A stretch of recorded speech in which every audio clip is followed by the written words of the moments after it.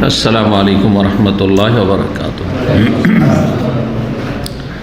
इन्नल हम्दुलिल्लाह नहमदुहु व नस्तईनुहु व नस्तगफिरुहु व नऊज़ु बिल्लाहि मिन शुरूरि अनफुसिना व मिन सय्यिआति अमालिना मन यहदिहिल्लाहु फला मुदिल्ल लहु व मन युद्लिल फला हादिय लहु व अशहदु अन ला इलाहा इल्लल्लाहु वहदहु ला शरीका लहु व अशहदु अन्न मुहम्मदन अब्दुहु व रसूलुहु सल्लल्लाहु तआला अलैहि व अला आलिहि व सहबिहि व सल्लम तस्लीमन कसीरा अम्मा बाद फ़क़द क़ाल इमामुल बरबहारी रहमहुल्लाहु तआला व अलमु रहिमकुमुल्लाह अन्ना उसूलल बिदाअ अर्बाअतु अबवाब इन शाअबा मिन हाज़िहिल अर्बाअति इस्नान व सबऊन हवन सुम्मा यसीरु कुल्लु वाहिदिन मिनल बिदाअ यतशअबु हत्ता तसीर कुल्लुहा इला अल्फ़ैनि व समनमियति मक़ाला व कुल्लुहा दलाला व कुल्लुहा फिन्नार इल्ला वाहिदा व हुवा मन आमन बिमा फ़ी हाज़ल किताब व अतक़दहु मिन गैरि रीबतिन फ़ी क़ल्बिहि वला शुकूक फ़हुवा साहिबुस सुन्नाह व हुवा नाजी इंशाअल्लाह। सम्मानित दीनी भातृमंडলী, আল্লাহ রাব্বুল আলামিনের প্রশংসা এবং প্রিয় নবী সাল্লাল্লাহু আলাইহি সাল্লামের উপর সালাত ও সালামের পর আজ শনিবার 24শে রবিউল আউয়াল 1443 হিজরি মোতাবেক 30শে অক্টোবর 2021 আমাদের ধারাবাহিক আলোচনা সাপ্তাহিক শারহুস সুন্নাহ কিতাব থেকে ইমাম আল হাসান বারবাহারি রাহিমাহুল্লাহ পর্ব নম্বর 33 নম্বর পর্ব বেদাত সম্পর্কে আলোচনা করেছেন এবং বেদাতীদের সম্পর্কে আলোচনা করেছেন। বলছেন লেখক ওয়ালামু রাহিমাকুমুল্লাহ, জেনে রাখো হে পাঠক, হে শ্রোতা, যারা এই কিতাব পড়বে, যারা শুনবে তাদেরকে সম্বোধন করছেন। এই কিতাব যারা পড়বে অথবা এই কিতাবের আলোচনা শুনবে তাদেরকে বলছেন যে তোমরা জেনে রাখো রাহিমাকুমুল্লাহ, তোমাদের আল্লাহ রহম করুন, আন্না উসুল আল বেদাএ আরবাতু আবওয়াব, বেদাতের মূল হচ্ছে 4টি দরজা। বেদাতের মূল দরজা হচ্ছে মুসলিম উম্মায় 4টি। উসুল আসলের বহুবচন, আসল মানে মূল, আসল মানে শিকড়, গাছের শিকড়কে, জড়কে আসল বলে, আসলুস শাজারা। জি, বাপ মা হচ্ছে ছেলে মেয়েদের জন্য আসল। আসল আমরা আসল শব্দটি ব্যবহার করি, তাই না? আসল আর নকল যেটা। তো আর বেদা হচ্ছে বেদাতুনের বহুবচন। তো যতগুলি বিদাত রয়েছে, বহুবচন, যতগুলি বিদাত রয়েছে মুসলিম সমাজে এবং যতগুলি বেদাতি দল উপদল রয়েছে সবগুলির মূল হচ্ছে 4টি দরজা, মানে 4টি বড় বড় ফিরকা।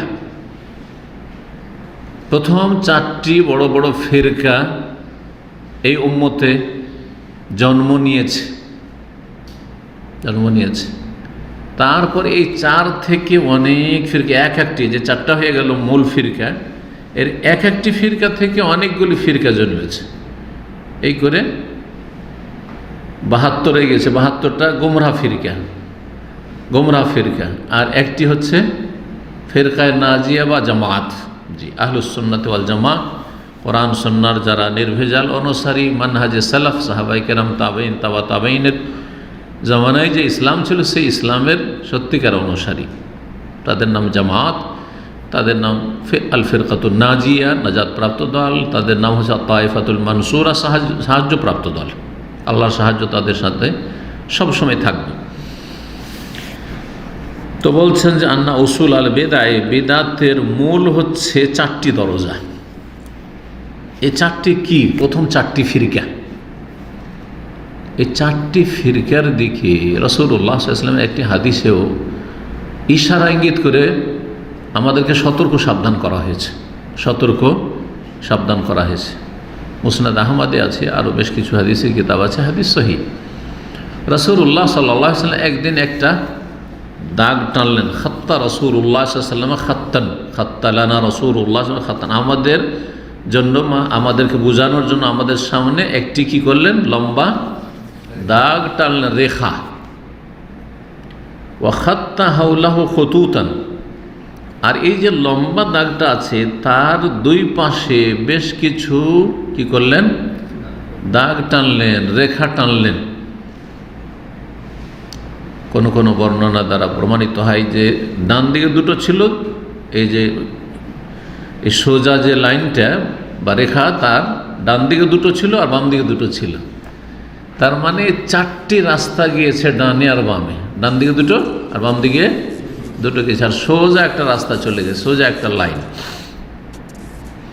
তারপরে কি বলেছেন রাসূলুল্লাহ সাল্লাল্লাহু আলাইহি ওয়াসাল্লাম, এই যে লম্বা রেখা লাইনটা চলে গেছে এই সম্পর্ক হচ্ছে হাজা সাবিলুল্লাহ, এটি হচ্ছে আল্লাহর রাস্তা, যেটির নাম সূরাতুল ফাতিহায় রয়েছে, ইহদিনাস সিরাতাল মুস্তাকিম। সিরাত মানে রাস্তা, পথ, আর মুস্তাকিম মানে সোজা, এই যে সোজা পথ চলে গেছে, যার শেষখানে গন্তব্যস্থান কি আছে, জান্নাত। মানে এই রাস্তার উপর দিয়ে যেতে পারলে, যেটা রাজপথ, মেন রাস্তা ইসলামের, এই রাজপথের উপর দিয়ে যদি সোজা কেউ অবিচল অটল থেকে পৌঁছিতে পারে গন্তব্যস্থানে, তো সেটা হচ্ছে জান্নাত। এবং যারা এই পথের ওপর প্রতিষ্ঠিত থাকবে, অবিচল থাকবে, অটল থাকবে, তারা জান্নাত লাভ করবে এবং তারা দুনিয়া এবং আখিরাতে আল্লাহর পক্ষ থেকে পুরস্কৃত, মুনআম আলাইহিম, এটাও সূরা ফাতিহায় রয়েছে, সিরাতাল্লাযীনা আনআমতা আলাইহিম, ওদের রাস্তা যাদেরকে আল্লাহ তুমি পুরস্কৃত করেছো, নিয়ামত দিয়ে ভরপুর করেছো। সবচেয়ে বড় নিয়ামত জান্নাত, হেদায়েতের নিয়ামত, সবচেয়ে বড় দুনিয়ার নিয়ামত হচ্ছে হেদায়েতের।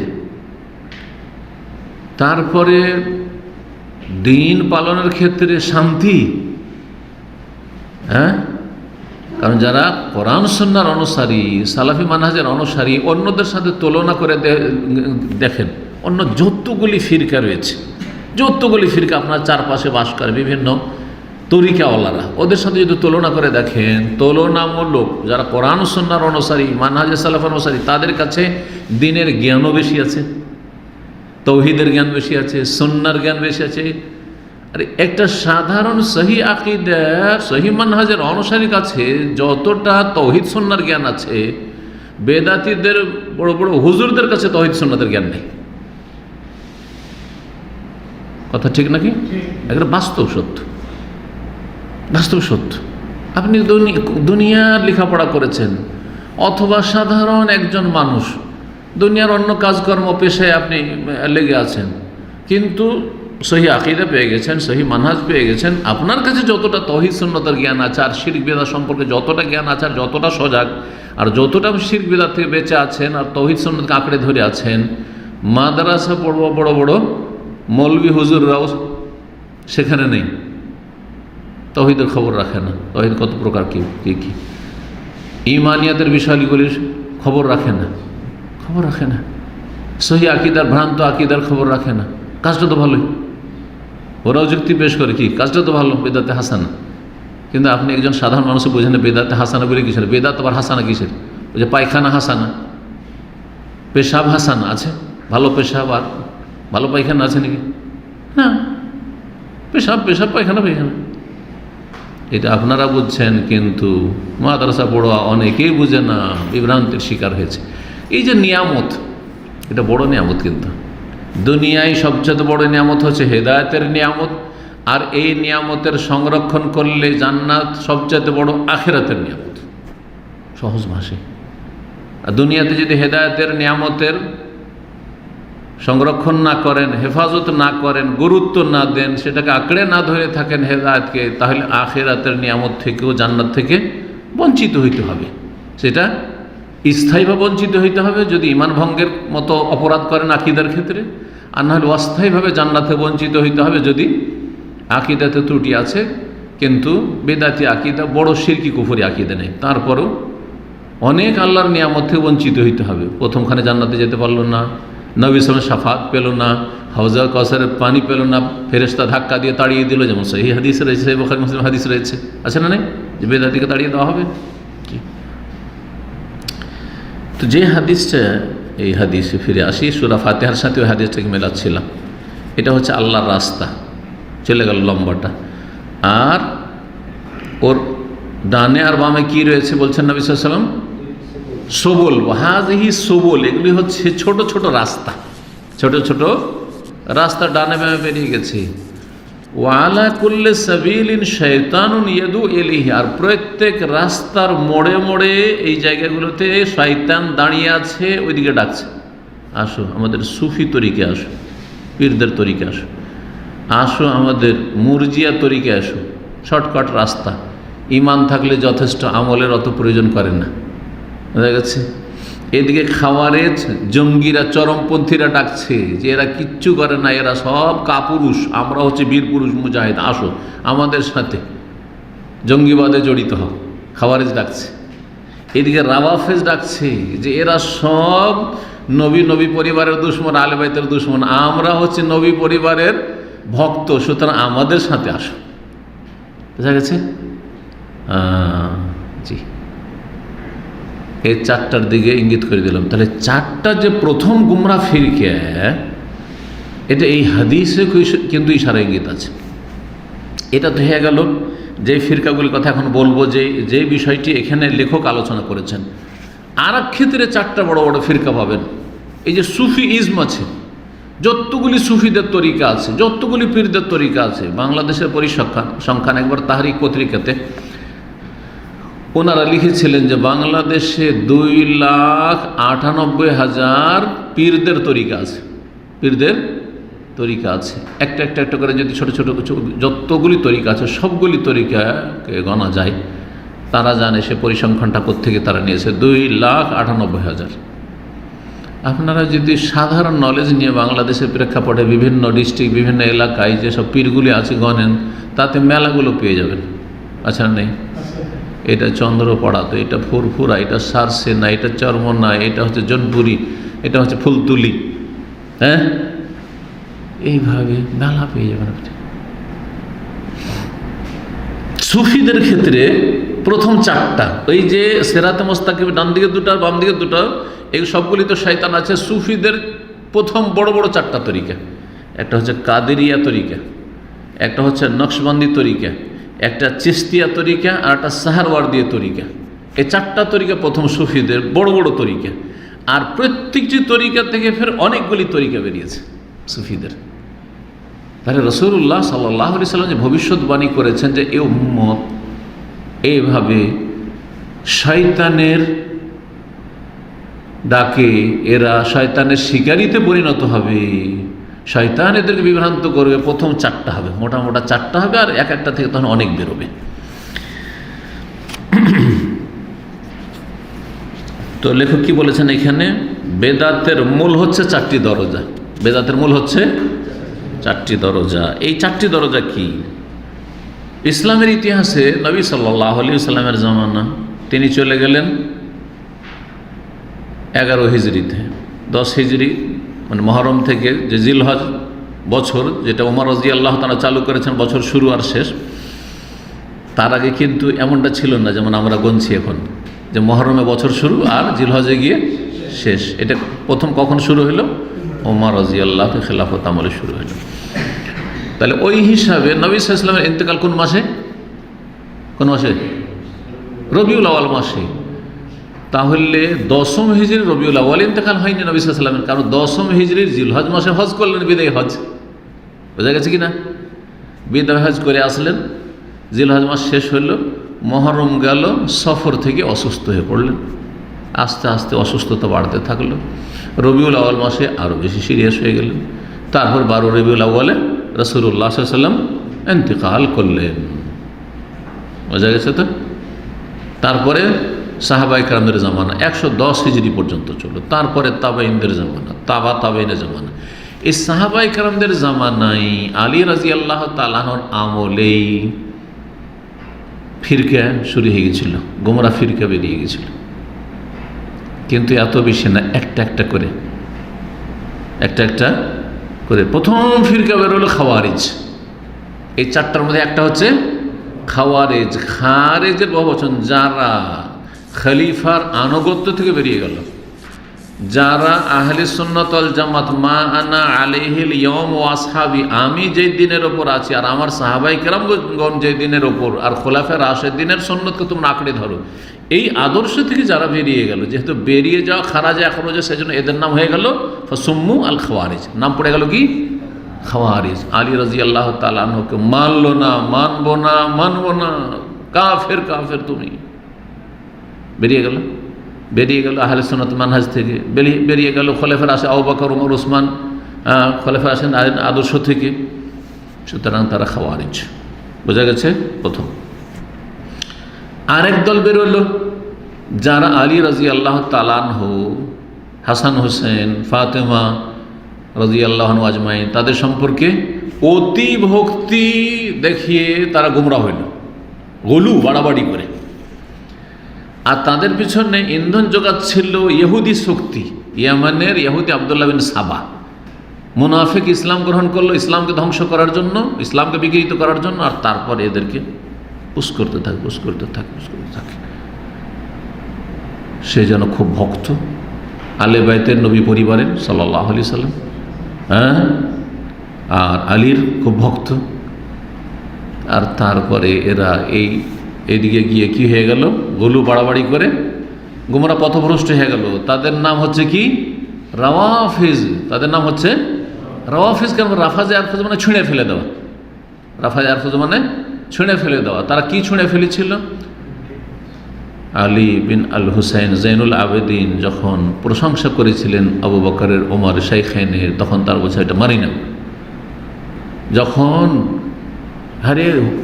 আলী রাদিয়াল্লাহু তাআলা আনহুর নাতি, ছেলের ঘরের নাতি হুসাইনের ছেলে জৈনুল আবেদিন, আলে বাইতের সবচেয়ে বড় দিনদার আলেম ইমাম, তার কথা মানছেন, তখন তিনি বলেছিলেন রাফালতুমুনি, তোমরা আমার কথা ছুঁড়ে ফেলে দিলে, ফাসুম্মুর রাওয়াফিজ, তখন ওদের নাম পড়ে গেল রাওয়াফিজ। কিন্তু রাওয়াফিজ নামটা যেহেতু তাদের কাছে অপছন্দনীয়, অপ্রীতিকর, সেজন্য তারা নিজেদের কি বলল?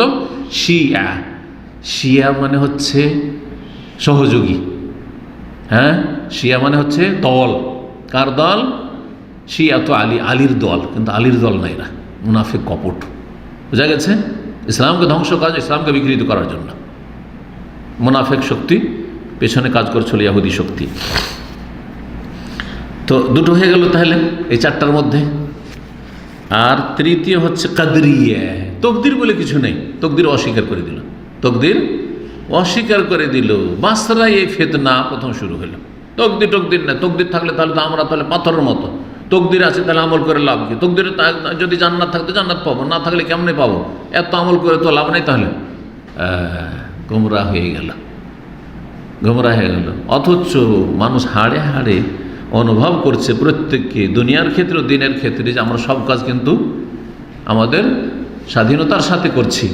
ডিউটি করে এসছেন স্বাধীনভাবে, দুনিয়ার কাজ করে এসছেন স্বাধীনভাবে, কেউ বেঁধে নিয়ে যায়নি না, আল্লাহ বেঁধে নিয়ে গেছেন, স্বাধীনভাবে গেছেন উঠে, আর স্বাধীনভাবে ওখান থেকে ফিরে এসছেন। আবার যখন দিন শিখতে এসছেন ইসলামিক সেন্টারে, স্বাধীনভাবে এসছেন, কেউ বেঁধে নিয়ে আসেনি আপনাদেরকে, নিয়ে এসছে না, আল্লাহর ফেরেশতারা বেঁধে নিয়ে এসছে আপনাকে। অনুভব করছেন আমি স্বেচ্ছায় হেঁটে এলাম, স্বেচ্ছায় গাড়িতে চড়ে এলাম, যেভাবে আসেন না কেন, ঠিক না? কিন্তু এই কাদরিয়া, তৃতীয় যে ফিরকা, এই চারটা যে মোটা ফিরকা, তার তৃতীয় ফিরকা হচ্ছে কাদরিয়া, তকদির অস্বীকারী। চতুর্থ ফিরকা মুরজিয়া,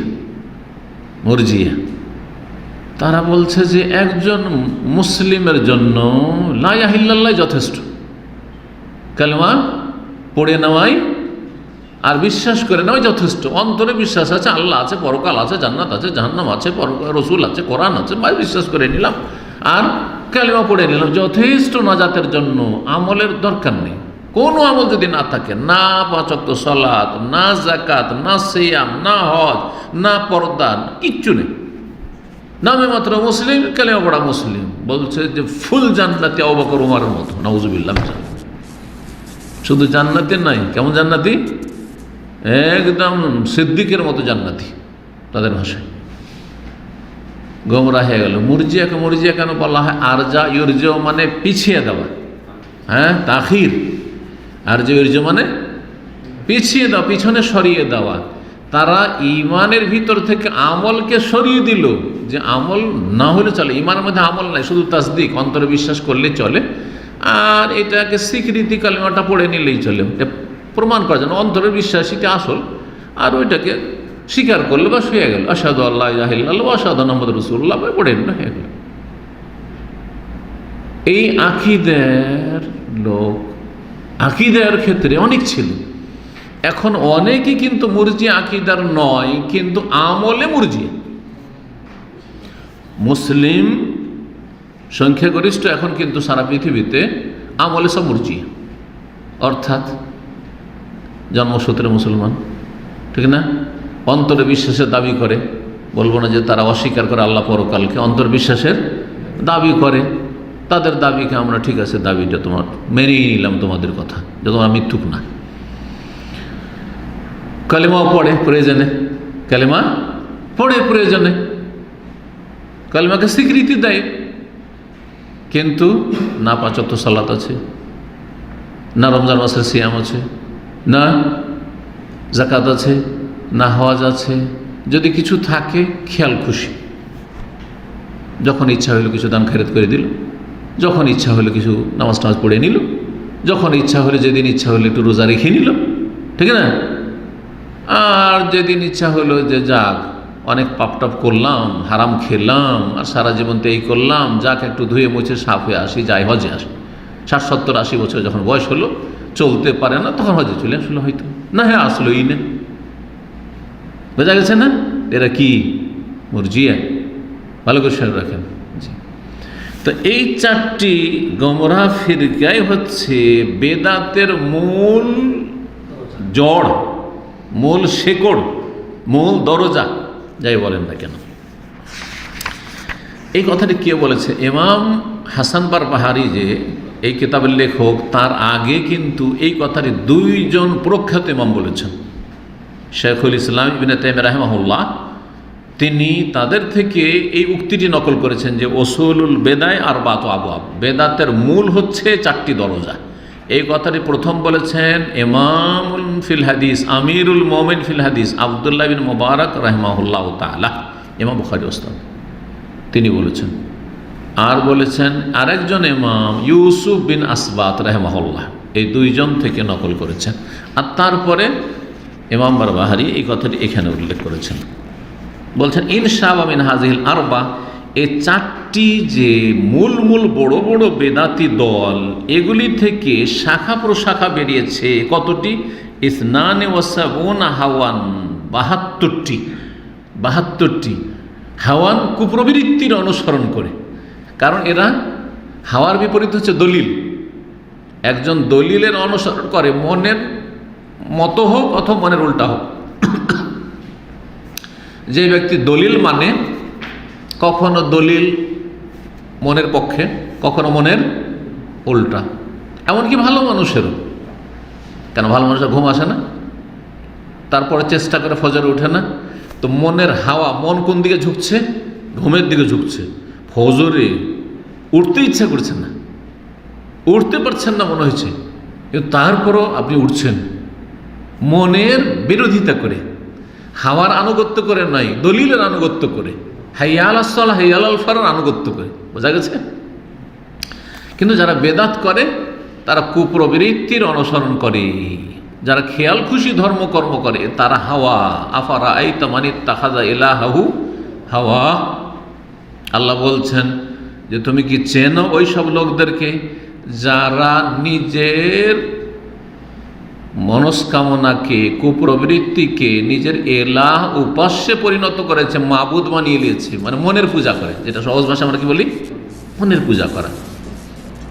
দেখছেন মাঝে মাঝে ফজরে চলে আসছে, কিন্তু প্রায় দেখতে পান না।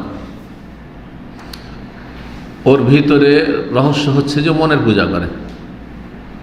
চল আজকে চলেই যায় মসজিদে, ঠিক না? হ্যাঁ চল, এই শীতকালে এখন তো 6টায় তো ডিউটি বেরিয়েই যেতে হয়, সুতরাং চল নামাজটা পড়িয়ে নিয়ে তারপরে বেরিয়েছে। কিন্তু যখন অন্য সময় হয়, ওই 6টায় ডিউটি যাবে, আর রাত 2:30টার সময় এখানে দামামে ফজর আজান হয়ে যায়, 3টে সালাত শেষ হয়ে যায়, তখন উঠে না, এগুলো খুব দেখেছি আমি এখানে, যে মসজিদগুলো থেকে কর্মচারীরা বেরিয়ে যায় ডিউটিতে, সে মসজিদগুলোতে দেখবেন জুমার দিনে যেহেতু ডিউটি নেই, জুমার দিনে মুসল্লির সংখ্যা কম থাকে, ডিউটির দিনে পাওয়া যায়। কথা বোঝা গেছে? জি।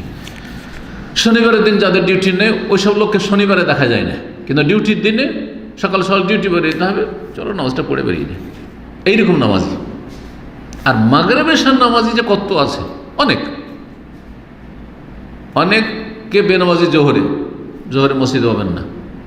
প্রবাসীদের কথা বলছি বিশেষ করে, জোহরে দোকানপাট বন্ধ হইল, যা একটু পাকশাক করি, সোজা রুমে গেল, ঠিক আছে। আসরে ঘুমিয়ে থাকলো, একটু রেস্ট করি, 4টে ডিউটি। আর মাগরিব এশা এখন কর্মক্ষেত্রে আছি, তো কাজে আছি, এখনো রুমে গিয়ে লাভটা কি, চল নামাজটা পড়িনি, আছে না নেই? তাহলে এরা কি করে? আল্লাহর ইবাদত করে না হাওয়ার ইবাদত করে? আফারা এই তামানিত্তাখাযা ইলাহাও, তুমি কি চেনো ওই লোকগুলিকে যারা হাওয়ার পূজা করে, কুপ্রবৃত্তির অনুসরণ করে, মনের পূজারি? জি, মন যেদিকে ঝুঁকে সেটা এরা। তো বেদাতিরা ওই রকম, যেটা ভালো লাগে ওইটা করে,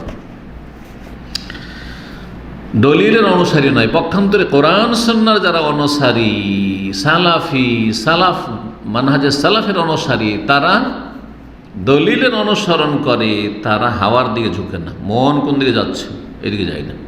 আছে কি না কোরআনে বা হাদিসে, আছে কি না সাহাবায়ে কেরামদের আমলে, আছে কি না খোলাফায়ে রাশিদিনের আদর্শে, দেখে। তো এই 4টি মোটা মুখ্য বেদাতি দল, আর 4টি থেকে কতটি বেরিয়েছে? 72টি বেরিয়েছে। তো 72 হলো, এই মতে কতটি দল হবে? আর একটার কথা আগে কিন্তু বলি, সেটা হচ্ছে যারা হকের ওপরে আছে, ওই সেরাতে মুস্তাকিম, ওরা এদিক ওদিক যায়নি। যারা ডানে বামে চলে গেছে ওরা 72 হয়ে গেল, 4টা ছিল 4টা থেকে 72 হয়ে গেল। আর যেটা সোজা আছে ওই তো আছে, তাহলে ওটা দিয়ে 73 হয়ে গেল, ওটা দিয়ে জান্নাতি জামাত দিয়ে বা ফিরকা দিয়ে 73 হয়ে গেল। সুম্মা ইয়াসিরু কুল্লু ওয়াহিদিন মিনাল বিদআ ইয়াতাশাআবু, তারপরে প্রত্যেকটি বিদআত বা প্রত্যেকটি বেদাতি তরিকা থেকে শাখা প্রশাখা হয়েছে। এই যে 72 ফিরকা হয়েছে, এগুলো কিন্তু বড় বড় ফিরকা, ছোট ছোট করে 2,98,000 তরিকা কি করে আসলো? তাহলে এভাবে ধরলে তো নবী সাল্লাল্লাহু আলাইহি সাল্লামের ভবিষ্যৎবাণীকে ভুল নাকি? তো নবী সাল্লাল্লাহু আলাইহি সাল্লাম যেগুলো বলেছেন সেগুলো যে 72, এইগুলো অনেক বড় বড় ফিরকা 72টি। তার মধ্যে অধিকাংশ শিয়াদের মধ্যে আছে। শিয়াদের মধ্যে আছে ইসমাইলিয়া, আগাখানিয়া, বোহরা, ইসনা আশারিয়া, এমামিয়া, জাইদিয়া, হুসিয়েরা, এইভাবে মেলাগুলো আছে। বুঝা গেছে? তো আর সুন্নিদের মধ্যেও মেলা আছে। সুন্নিদের মধ্যে বেরেলভি, দেওবন্দি, কথা বোঝা গেছে?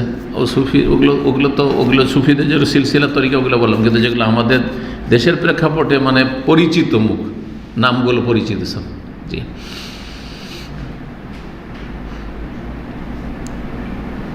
এগুলো থেকে আবার শাখা প্রশাখা বেরিয়ে হচ্ছে, হাত্তা তাসিরা কুল্লুহা ইলা আলফাইনি ওয়া সামানিমিয়াতি মাকালা। এই 72টি থেকে শাখা প্রশাখা বেরোতে এক এক ফিরকার এক এক রকম আকীদা, এক এক ফিরকার এক এক রকম নতুন নতুন আকীদা, অন্যের সাথে সরাসরি বিরোধী। একদল বলছে যে নবীর কি করতে হবে? মিলাদ করতে হবে। হ্যাঁ, তখন ওরা আবার 2 ভাগে বিভক্ত হলো। একদল বলছে মিলাদের সাথে কিয়াম দাঁড়িয়ে করতে হবে, আর বলছেন না, দাঁড়ানো যাবে না, ওইটা বেদাত হয়ে গেল, ওইটা বসে করতে হবে। হলো না? একদল বলছে যে হায়াতুন নবী, এটা একটা কওল, মাকালা হলো, নবী নূরের তৈরি।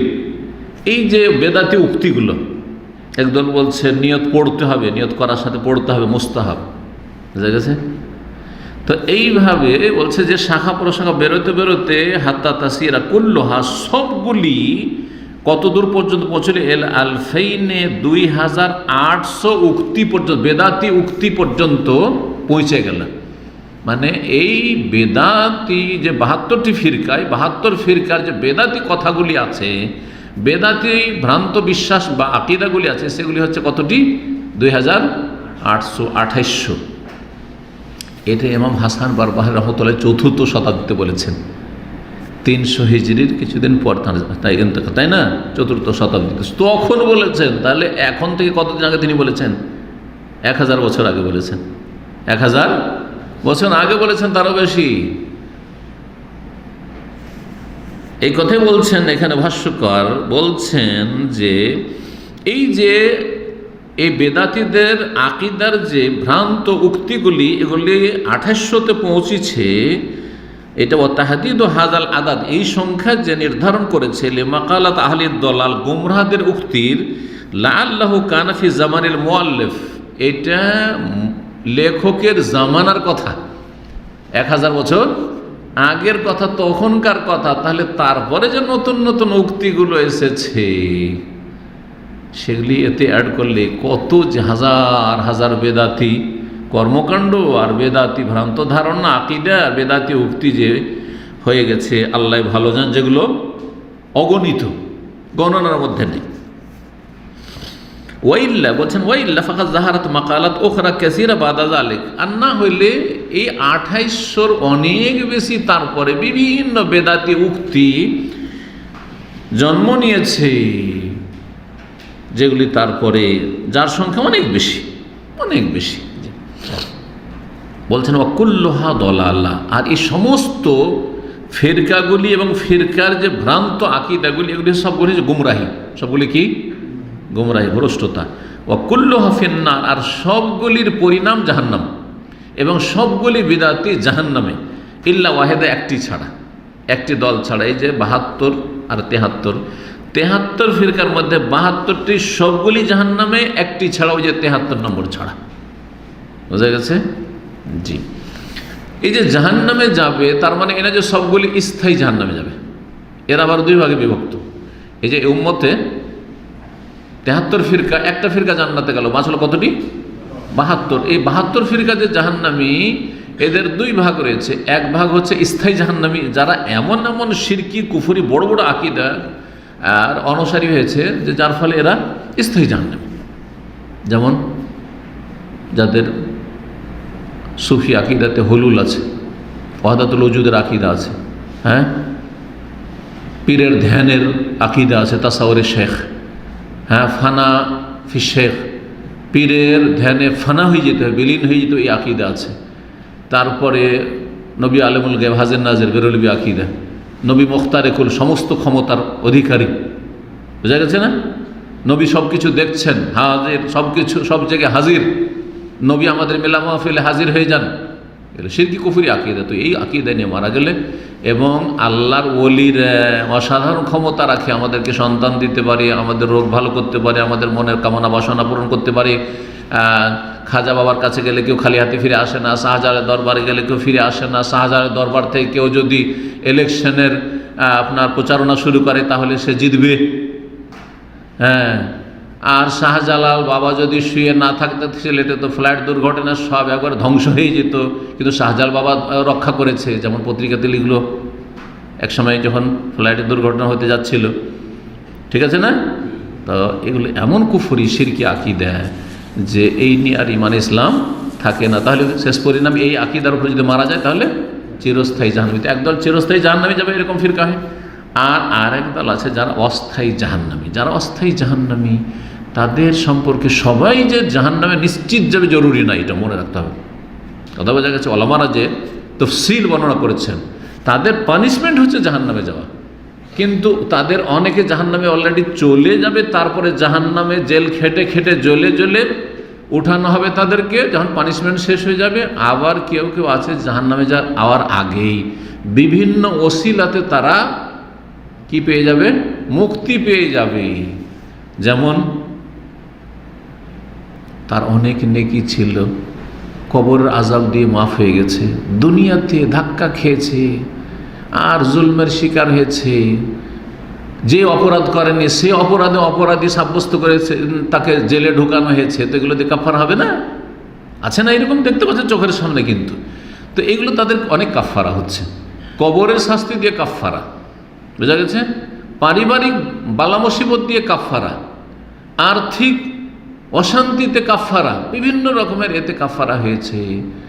আর শেষ আল্লাহর রহমত, অনেকের উপর আল্লাহর রহমত হয়ে যাবে, অন্তরের সততা ছিল কিন্তু হেদায়েত নসিব হয়নি, অন্তরের সততা ছিল কিন্তু হেদায়েত নসিব হয়নি। অনেক বেদাতি এরকম আছে, কিন্তু বেচারা চেয়েছে যে আমি জান্নাতের পথে থাকবো, কিন্তু বুঝতেই পারিনি, মানে তার কাছে কোরআন সুন্নাহর দাওয়াত ঠিকভাবে স্পষ্ট পৌঁছেইনি। আছে না এরকম? তাহলে ওরা হয়তো জাহান্নামে যাওয়ার আগে আল্লাহ রক্ষা করে নেবেন। এই যে শাস্তি পেয়েছে এটি যথেষ্ট হয়ে গেছে, দুনিয়ার শাস্তি, কবরের শাস্তি, আর হাসরের মাঠের শাস্তি, আর তারপর আল্লাহর রহমত তাদেরকে পেয়ে গেছে, বেঁচে গেছে। কিন্তু আসল পানিশমেন্ট কি ছিল? জাহান্নাম ছিল। এটা হচ্ছে ওই হাদিসটার যে কুল্লুহা ফিন্নার ইল্লা ওয়াহিদা, সবগুলি জাহান্নাম, মানে আসল পানিশমেন্ট তাদের জাহান্নাম, কিন্তু সবাই জাহান্নামে যাবে এটাও একেবারে সুনির্ধারিত নয়, কিন্তু আসল শাস্তি হচ্ছে জাহান্নাম। যেমন অনেকের জেল হাজত হয়ে যায়, তারপর বেল হয়ে যায়, বুঝেন তো, মানে জামিন হয়ে গেল, হয় না? উঠানো হইলো এতে কোর্টে, তারপরে কি হয়ে গেল? জামিন হয়ে গেল, কিন্তু তো জেল হয়েছিল, জেলের হুকুম হয়েছিল, ঠিক আছে? এইরকমই জি জেল হওয়ার পর অনেক সময় হালকা করে দেওয়া হয়, সরকারের হুকুম হইলো চলো এর সাজাকে হালকা করে দাও, করছে না? তা আল্লাহ রাব্বুল আরহামুর রাহিমিন। বেদাতি 5 ওয়াক্ত হয়তো নামাজ পড়েছে, একটা রোজা ছাড়েনি, যাকাত দিয়েছে হিসাব করে করে এক একটা করে, তারপরে হজ করেছে যথাসময়ে, অনেক নেকির কাজ করেছে। অনেক বেদাতি পরিবার, এখানে একটা ছেলে ছিল, বলছে যে আমার মা বোনেরা আছে, আমার ভাবিরা আছে, আজ পর্যন্ত আমার ভাবিকে দেখিনি, অথচ গোঁড়া বেদাতি সে দেশে।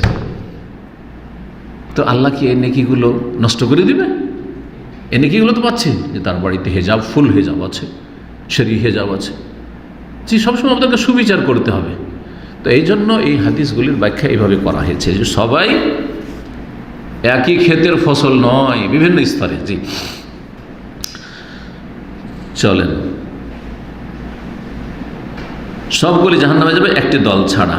আর ওইদিকে বাড়াচ্ছেন ওয়াহু আমান আমানা বিমা ফি হাযাল। তারপর লেখক বলছেন যে কারা জান্নাতে যাবে? যারা বিশ্বাস করবে আমার এই কিতাবে যে সব আকীদার বিষয়গুলি আলোচিত হয়েছে, এই বিষয়গুলি। তাহলে তিনি এই কিতাব লিখেছেন, এটা সরাসরি কোনো কোরআন এবং হাদিস নয়। এটা কি কোরআন না, কোরআন আয়াত না, এটা হাদিস রাসূলুল্লাহ সাল্লাল্লাহু আলাইহি ওয়াসাল্লামের যে বিশ্বাস করা, এটাকে একবারে এক একটা করে অক্ষরে অক্ষরে ফরজ না, এমন কথা বলা যাবে না, এটা বাড়াবাড়ি হয়ে যাবে। যদি কেউ বলে, যেমন আমি যদি বলি আমার বক্তব্য যে বিশ্বাস করবে না সে জাহান্নামী, তার ভুল কথা, বাড়াবাড়ি হয়ে গেল। আমার বক্তব্য ভুল থাকতে পারে, হ্যাঁ, আমার শব্দেই বক্তব্য যে কাল আল্লাহ কাল রাসূল, এটাও জরুরি নয়, ঠিক কিনা? তাহলে এইভাবে বলাটা আমার জন্য বেয়াদবি হয়ে যাবে, ভুল হয়ে যাবে বা বাড়াবাড়ি হয়ে যাবে।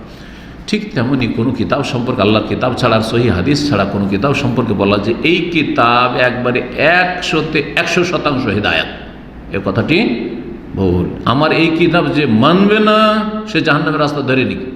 তার মৌলানা মওদুদি কোথায় লিখেছে? এই ধৃষ্টতা দেখিয়েছে। আমার এই বইয়ে যা কিছু আমি লিখলাম, আমার যে আদর্শ পেশ করলাম, আমি যে ইসলাম বুঝেছি যেটা পেশ করলাম, সেটা হয় মেনে নিক আর জান্নাতের রাস্তা নিয়ে নিক, আর না হলে জাহান্নামের রাস্তা ধরে নিক। স্পষ্ট তার এতে আছে। আমি রেফারেন্সটা ভুলে গেছি, কিন্তু আমি নিজে পড়েছি, কারণ এগুলো ছাত্র জীবন থেকে এগুলো পড়েছি। আর আমাদের ওস্তাদ যে ছিলেন, আপনারা সবাই চেনেন তার নাম, আল্লামা শেখ সফিউর রহমান মোবারকপুরি। উনি এই কথাটি বারবার করে মওদুদি সম্পর্কে তিনি আমাদের সামনে উল্লেখ করতেন যে এইরকম কথা বলেছেন যে জামাত ইসলামী করলে জান্নাত, আর না হইলে হয় আমার জামাত করুক, আর না হলে জাহান্নামে চলে যাক। আর জামাত ইসলামের তো ধারণা কিন্তু এটাই, আপনি যত ইসলামের খেদমত করেন কিছু করলেন না, দিন কায়েম তো করলেন না। আমাদের সাথে আসলে, জামাত ইসলামীতে আসলে, ইখওয়ানি হইলে দিন কায়েম করলেন, না হলে দিন কায়েমই করলেন না। কথা বলছেন, রাত দিন দাওয়ার কাজে লেগে আছি আমরা, হয় পড়ছি দিন কোরআন হাদিস, আর না হলে পড়াচ্ছি, মানুষকে গুমরাহির পথ থেকে নিয়ে আসছি। না, একামতের দিন হয় না। ঠিক আছে, আপনারা তালিম করছেন, কিন্তু একামতের দিন হইল না। এগুলো তাদের ভাষা কিনা? ওই বড় মুরব্বী থেকে শিখায় এগুলো ভাষা, ওই গুমরাহি এটি। কিন্তু তো কোনো কিতাব সম্পর্কে এরকম কথা বলা, বা কারো বক্তব্য সম্পর্কে, কারো ইসলাম সম্পর্কে যে তার বুঝ মৌলানা মওদুদির বা আমারই বুঝ ধরেন, এই সম্পর্কে এরকম কথা বলা, এটা ঠিক নয়, মোটেই ঠিক নয়। তো তিনি এখানে একটু কথা বলেছেন যেটাতে মোবাল্লাগা, বাড়াবাড়ি হয়ে গেছে।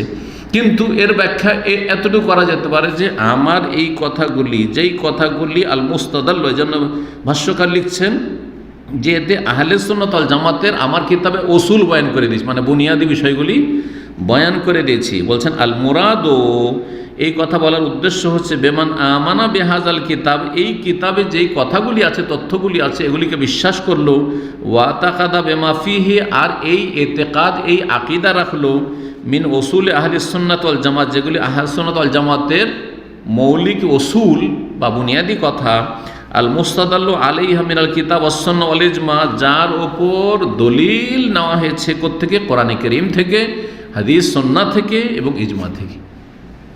তাহলে ঠিক আছে, বোঝা গেছে।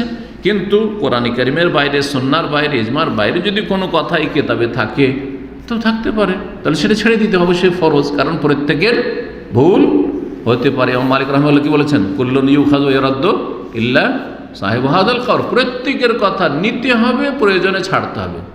এই নয় যে আপনি অবশ্যই ছাড়তে হবে, ভুল হলে ছাড়তে হবে। ভুল যখন প্রমাণিত হবে তখন আমার কথা ছাড়তে হবে, ভুল যখন প্রমাণিত হবে তখন এই কিতাবের কথা ছেড়ে দিতে হবে, ঠিক আছে? ইল্লা সাহিবু হাযাল কওল, তবে এই কবরওয়ালা এর একটিও কথা ছাড়া যাবে না, সব কথা নিতে হবে, তার সব কথা নিতে হবে। তিনি কে?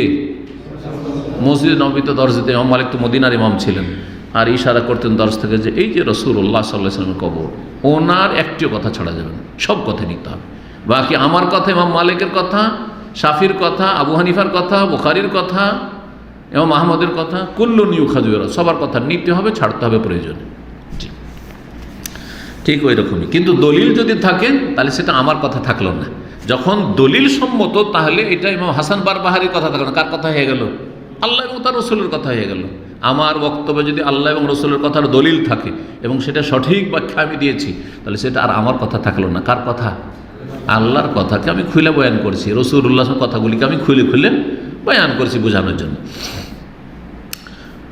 বলছেন যে কারা জান্নাতি, কারা ওই ফিরকা নাজিয়া, নাজাত প্রাপ্ত দল, ওয়া মান আমানা বিমা ফি হাযাল কিতাব, এই কিতাবে যা কিছু আছে যে বিশ্বাস করি, যারা বিশ্বাস করি, ওয়া তাকাদাহু মিন গায়রি রিবাতিন ফি কলবিহি, অন্তরে কোনো সন্দেহ সংশয় না রেখে যারা এই বিশ্বাস রাখবে, ওয়ালা শুকুক, আর কোনো রকমের যেন সন্দেহ না থাকে, ফাহুয়া সাহিবুস সুন্নাহ, সে হবে সুন্নতের অনুসারী, সে হবে সুন্নতের অনুসারী। এই কিতাবে যেহেতু সুন্নাতি বয়ান করা হয়েছে, শারহুস সুন্নাহ, সুন্নতের অনুসারী হবে। ওয়া হুয়া নাজি ইনশাআল্লাহ, আর সেই আল্লাহ চাইলে নাজাত প্রাপ্ত হবে, মুক্তি পাবে। তারপরে বলছেন ওয়ালাম রাহিমাকাল্লাহ, আরও জেনে রাখো, আল্লাহ তোমার উপর রহম করুক, লাউ আন্নান নাস ওয়াকাফু ইন্না মুহদাসাতিল উমুর, মানুষরা যদি যেখানে ধর্মের ক্ষেত্রে নতুন নতুন কথা কাজ এসেছে সেখানে যদি থেমে যায়, না নতুন কাজ করবো না, আরে কোরআনে হাদিসে তো নিয়াত পড়া নেই, কোরআনে হাদিসে তো জায়নামাজের দোয়া নেই, কোরআনে হাদিসে তো সালাম ফিল্লা সালাত শেষ হয়ে যায়, তারপরে জিকির আজকার আছে, কিন্তু সম্মিলিত মোনাজাত নাই। নতুন কাজ যেখানে মুহদাসাতুল উমুর আসলে সেখানে যদি থেমে যায়, ঈদ তো দুটা ইসলামে, ঈদুল ফিতর, ঈদুল আজহা, তো মিলাদুন নবীর ঈদ কেন করব? যেখানে নতুন আসলে সেখানে যদি থেমে যায়, ওয়ালাম ইয়াতাজাওয়াজুহা বিশাইইন, আর কোনো কিছুর মাধ্যমে তা অতিক্রম করলো না, ওয়ালাম ইউআল্লিদু কালামান, আর এমন কোনো পথ, মত বা উক্তিকে জন্ম দিল না, মিম্মা লাম ইয়াজি ফিহি আসারুন, যার কোনো দলিল প্রমাণ আসেনি, বিনা দলিলে কোনো কথা জন্মাইল না ধর্মের নামে, কোনো দলিল আসেনি রাসূলুল্লাহ সাল্লাল্লাহু আলাইহি ওয়াসাল্লামের পক্ষ থেকে, ওয়ালা আসহাবি সাহাবায়ে কেরামদের পক্ষ থেকে, লাম তাকুন বিদআ, তাহলে বিদআতি হবে না, সমাজে বিদআতি আসবে না। যেমন আহলে হাদিস সমাজে আপনি দেখেন প্রত্যেকে চেষ্টা করে কিসের? যে আমরা কোরআন এবং হাদিস অনুযায়ী আমরা চলবো, দলিল অনুযায়ী চলবো, যার ফলে আহলে হাদিস সমাজে গেলে সাধারণত বেদাত দেখতে পাবেন না। আর যদি কোথাও দিয়ে একটা বেদাত দেখেন তাহলে ওখানে ওই ভেজালটা আছে। যেমন কিছু কিছু আহলে হাদিসদের মধ্যে ভারত বাংলাদেশে এখনও ওই আগের বেদাত সম্মিলিত মোনাজাতের বেদাত থেকে গেছে, কারণ ওইটা কি সুন্নত মনে করছে, বোঝা গেছে না? কিন্তু যদি সবাই যদি চলে আসে দলিলের কাছে, যেমন সৌদি আরবে, তো সৌদি আরব যেমন সম্মিলিত মোনাজাত নেই, আর নিয়ত পড়াও নেই, মিলাদ পড়াও নেই, ঠিক কিনা? দরুদ আছে, দরুদ আপনার দরুদ আপনি পড়বেন, আমার দরুদ সালাম আমি পড়বো, কিন্তু একসাথে সম্মিলিত তারপরে অনুষ্ঠান করে যার নাম হবে মিলাদ মাহফিল, অথবা সেটা 12 রবিউল আউয়ালে ঈদে মিলাদুন নবী, এগুলো নেই। সুতরাং সবাই যখন আমরা কোরআন সুন্নাহর কাছে চলে আসব, তখন ঐক্য চলে আসবে। তো ঐক্য কিসের ভিত্তিতে আসবে? এই জন্য আমি বারবারই বলি যে ঐক্য হবে কিসের ভিত্তিতে? দলিলের ভিত্তিতে, দলের ভিত্তিতে না। যে কোন দলের লোক আমি, আহলে হাদিস জামাতের লোক, আর আমাদের আহলে হাদিসেরা তো মোনাজাত করেছে তো আমিও করি, তাহলে ঐক্য হবে না। তাহলে আর এক দল আহলে হাদিস, সৌদি আরবের আহলে হাদিস, কুয়েতের আহলে হাদিস, সালাফি যারা, তারপরে যদি সম্মিলিত মোনাজাত বেদাত, তাহলে ঐক্য হইল না। কিন্তু যখন সবাই কোথায় চলে আসবো? দলিলের কাছে চলে আসবো, তখন ঐক্য চলে আসবে। তো ঐক্য হইতে হবে ওহীর ওপর, দলিলের ওপর, মানহাজে সালাফের ওপর। জি, এবং মানহাজে সালাফের বুঝের ওপর। ওহীকে বুঝতে হবে স্বাধীনভাবে। খারেজিরা দলিল পেশ করে কিন্তু নিজের মতো করে বুঝে, নিজের মতো করে বুঝে, এই জন্য বিভ্রান্ত হয়েছে। তারপরে বলছেন ওয়ালাম রাহিমাকাল্লাহ, আরও জেনে রাখো, আল্লাহ তোমার উপর রহম করুক, আন্নাহু লাইসা বাইনাল আবদি ওয়া বাইনা ইয়াকুনা মুমিনান হাত্তা ইয়াসিরা কাফিরান।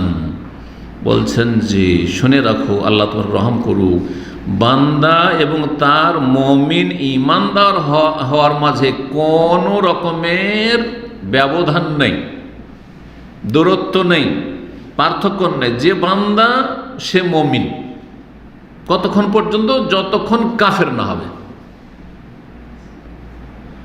যতক্ষণ কাফের না হয়ে যাবে। যতক্ষণ কাফের হানি, ফাসেক হইলেও সে মুমিন মুসলিম, ফাসেক হইলেও মিথ্যা কথা বলছে, কাফের, ধোকা দিয়ে দিয়েছে, হ্যাঁ, হারাম ইনকাম করে নিয়েছে, ফাসেক গুনাহগার, কিন্তু প্লাস আসলটা তার ঠিক আছে, মুসলিম মুমিন ঠিক আছে, ঠিক না? খাঁটি মুমিন নাই, খাঁটি মুমিন নাই, মুমিনুন ফাসিকুন, মুমিনুন খালিসুন নাই। জি, তাই বলছেন যে বান্দা আর তার মুমিন মুসলিম হওয়ার মাঝে কোনো পার্থক্য নাই যতক্ষণ পর্যন্ত কাফের না হয়ে যায়। কাফের হয়ে তখন বলবে তুই আল্লাহর বান্দা না, তুই অবাধ্য বান্দা। জি, ইল্লা ইয়াজহাদা শাইয়ান মিম্মা আনজালাহুল্লাহু তাআলা, তবে যদি কোনো মুমিন বান্দা এমন কিছু অস্বীকার করে যা আল্লাহ তাআলা নাযিল করেছেন, আল্লাহ কোরআন নাযিল করেছেন, অস্বীকার করছে, তাহলে কাফের। আও ইয়াজিদা ফি কালামিল্লাহ, অথবা আল্লাহর কালামে, আল্লাহর বিধানে যদি কিছু অতিরিক্ত বাড়িয়ে দেয়, তাহলেও কাফের। বিশ্বাসের সাথে যে না, বাড়ানোর অধিকার আছে। হ্যাঁ, যদি ভুল বুঝে বাড়ায় তাহলে বেদাতি, কাফের হবে না। কিন্তু যদি এই বিশ্বাস করে যে বাড়ানো জায়েজ, তাহলে কাফের। আও ইয়ানকুস, অথবা কমিয়ে দেয় অলসতা করে, গাফিলতি করে, তাহলে ফাসিক, কাফের নয়। কেন কমাই না? যারা গোটা মাসে রোজা না রেখে 10-20টা রাখলো, আর 2-4-10টার 20টা রাখলো না, হ্যাঁ, তো কাফের বলা যাবে কি? হ্যাঁ, জাকাত 1 লাখ টাকা বেরোবে, 50,000 দিল, 50,000 দিল না, কাফের বলা যাবে? কিন্তু যদি বলে যে না, শতকরা 2.5% না, শতকরা 1%, 100-তে 2.5 টাকা না, 1 টাকা, 2.5কে অস্বীকার করলো, তাহলে কাফের। তখন কি বলবো? তাই বলছে কোরআনের কোনো বিধানকে অস্বীকার করলো অথবা হাদিসের বিধানকে অস্বীকার করলো, বাড়িয়ে দিল অথবা কমিয়ে দিল, এবং সেটাকে শরীয়ত মনে করলো, বাড়ানোর অধিকার আছে, যদি কেউ মনে করে বাড়ানোর অধিকার আছে, তাহলে কাফের হবে। কিন্তু ভুল বুঝে যদি বাড়ায়, যেমন বেদাতিরা তো বাড়িয়েছে, 2 ঈদে 3 ঈদ করলো, তো তা কাফের হয়ে যাবে নাকি? কিন্তু যদি বলে যে আমাদের এটা অধিকার আছে, আমাদের মুরব্বীদের, তখন কাফের হয়ে যাবে। কারণ এই অধিকার রাসূলুল্লাহ সাল্লাল্লাহু আলাইহি ওয়াসাল্লাম ছাড়া কারণে ওহীর দরজা বন্ধ হয়ে গেছে, এই অধিকার খতম হয়ে গেছে। জি, আয়ুনকেরা শাইআ মিম্মা ক্বালা আল্লাহ, অথবা আল্লাহ যা বলেছেন তার কোনো কিছুকে যদি অস্বীকার করে যে এইটা আমি মানি না। যেমন আজকাল যারা জেনারেল শিক্ষিত বেদিন টাইপের লোক, যারা দিনের কোনো জ্ঞান রাখে না, মূর্খ, তারা বলে যে আমি ব্যক্তি জীবনের ইসলামটা মানি, ব্যক্তি জীবনের নামাজ, রোজা, হজ, যাকাত এগুলো মানি, কিন্তু অর্থনীতি আমি এটা মানি না। আবার ইসলামে অর্থনীতি কি আছে? আমার সামনে একজন হাই স্কুলের হেডমাস্টার, আমার তখন মদিনার প্রথম জীবন ছিল অথবা তার আগে, মনে ঠিক পড়ছে না, অনেক আগের যেহেতু ঘটনা, আজকে থেকে 30-32 বছর আগের ঘটনা। সে বলছে যে আমি এটা বিশ্বাস করি না, মানি না, যে সুদের সাথে ইসলামের কি সম্পর্ক? নামাজ রোজা করলাম, হজ যাকাত করলাম, সুদ হারাম কেন? আমি কেউ ব্যবসা করছে, আমি ওই টাকাটা ওইখানে রেখে, ব্যাংকে রেখে আমি ইন্টারেস্ট নিচ্ছি। কথা বোঝা গেছে? কুফর যদি অস্বীকার করে, এরকম তার অজ্ঞতা দূর করার চেষ্টা করতে হবে, কিন্তু কাজটা তার কুফর, এবং সে কাফির হয়ে যাবে যদি তার অজ্ঞতা দূর করার পরও সে যদি। এইরকমই আজকাল অধিকাংশ যারা ধার্মিক লোকদেরকে মৌলবাদী বলে, তারা বলে আরে ধর্মকর্ম মসজিদে, হ্যাঁ, ধর্মকর্ম মসজিদে, রাজনীতিতে কিসের ধর্মকর্ম? অর্থাৎ দেশ চালাবে একবার ইসলাম থেকে পুরো মুক্ত হয়ে। দেশ চালানোর ক্ষেত্রে ইসলামের কথা মোটেই চলবে না। পার্লামেন্টে আবার ইসলামের কথা কিসের, আদালতে আবার ইসলামের কথা কিসের, ঠিক আছে। এই যুগে বলছে সভ্য যুগে মধ্যযুগীয় আইন চলবে, যে মধ্যযুগীয় আইন এই কথাটি কুফর। মধ্যযুগীয় আইন মানে ইসলামী দণ্ডবিধান। কাফেররা মুসলিমদেরকে ওহী করেছে, কাফের শয়তানরা মুসলিমদেরকে কি করেছে, মূর্খ মুসলিমদেরকে ওহী করেছে যে মধ্যযুগীয় কায়দাই শাস্তি দেওয়া হলো। বলে লিখছেন আজকাল বাঙালি কিছু নাস্তিক টাইপের আর মূর্খরা, এটা কিন্তু কুফুরিয়া কথা। তার মানে ইসলামের দণ্ডবিধানগুলি মধ্যযুগীয় শাস্তি। চোরের হাত কাটা বর্বরতা, রজম করা বর্বরতা, বেত্রাঘাত করা, জেনা করেছে সেজন্য 100টি কোড়া মারা বর্বরতা, মিথ্যাপবাদ দিয়েছে জেনার সমকামিতার 80 কোড়া মারা বর্বরতা, এগুলো মদ খেয়েছে সেজন্য বেত্রাঘাত করা, কথায় দণ্ডবিধান। এগুলো কি কেসাস, মৃত্যুদণ্ড। ওরা মৃত্যুদণ্ড দিচ্ছে, দেশদ্রোহীকে মৃত্যুদণ্ড দিচ্ছে না, দিচ্ছে, দেশে অহরহ হচ্ছে। কিন্তু যদি জেনা করার জন্য বিবাহিত মৃত্যুদণ্ড দেওয়া হয়, অথবা কেসাস হত্যার বদল হত্যা, একজনকে হত্যা করে সুতরাং কেসাস কোতেবা আলাইকুম কেসাসের আয়াত পড়ে যদি করা যায়, এটা বর্বরতা, এগুলো মধ্যযুগীয় আইন, তো এগুলো কাফের হয়ে গেল। কি হয়ে গেল? কাফের হয়ে যাবে। সতর্ক, সাবধান। জি,